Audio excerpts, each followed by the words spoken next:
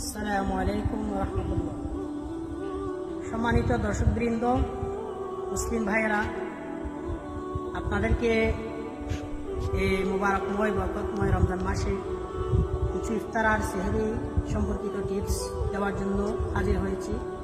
আলহামদুলিল্লাহ, রমজানে প্রায় আমরা একটি ভুল করে থাকি যে ইফতারের সময় গল্প গুজাবে মেতে উঠি, অথচ এই সময়টি হচ্ছে দোয়া কবুলের একটি বিশেষ সময়। অনেকে বাড়ির স্ত্রীদের সাথে ঝগড়া ফাসাদেও লিপ্ত হয়ে যায়, সামান্য খাবারের ক্ষেত্রে একটু ত্রুটিনাটি খুঁজে। আসলে কিন্তু এগুলো ঠিক না। অনেক সময় মেয়েরা কাজের ব্যস্ততায় শরবতের মধ্যে চিনি একটু বেশি হতে পারে, কমও হতে পারে।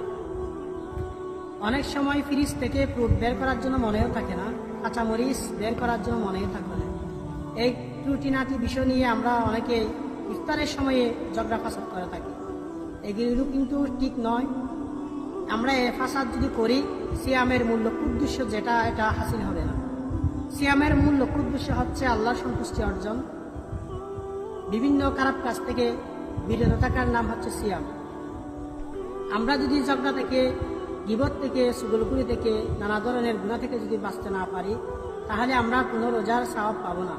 বরং আমাদের সওয়াব হবে না, বরং আমাদের সময়টা হবে উপবাস থাকার মতো।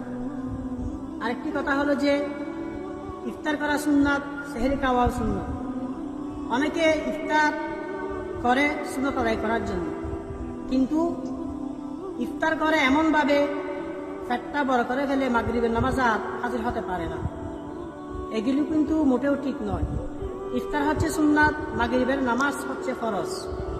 সুন্নাত হচ্ছে ওভারলোড, কিন্তু নামাজের প্রতি গাফেল।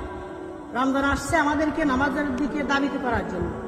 আমরা যদি ইফতারের অবস্থায় যদি নামাজ ছেড়ে দেই, ইফতারি করার পর যদি নামাজে না আসি, জামাতে না আসি, বরং যদি মাগরিবের নামাজটা এশার নামাজের সাথে আদায় করি, কাজা হয়ে যাবে।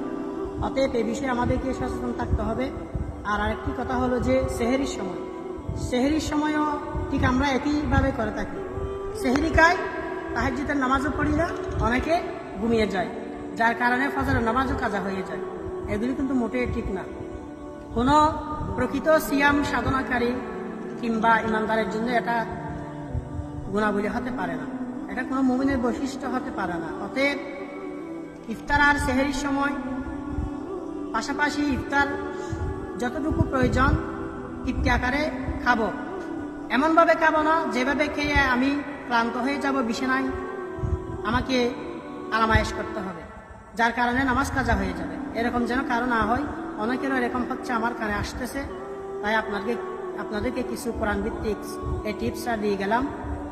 আপনারা সামনে যে রোজাগুলো বাকি আছে সেগুলো যেন সুন্দরভাবে সুস্থ শরীরে আদায় করতে পারেন, পালন করতে পারেন, এই আশা ব্যক্ত করে আমার বক্তব্য এখানে শেষ করলাম।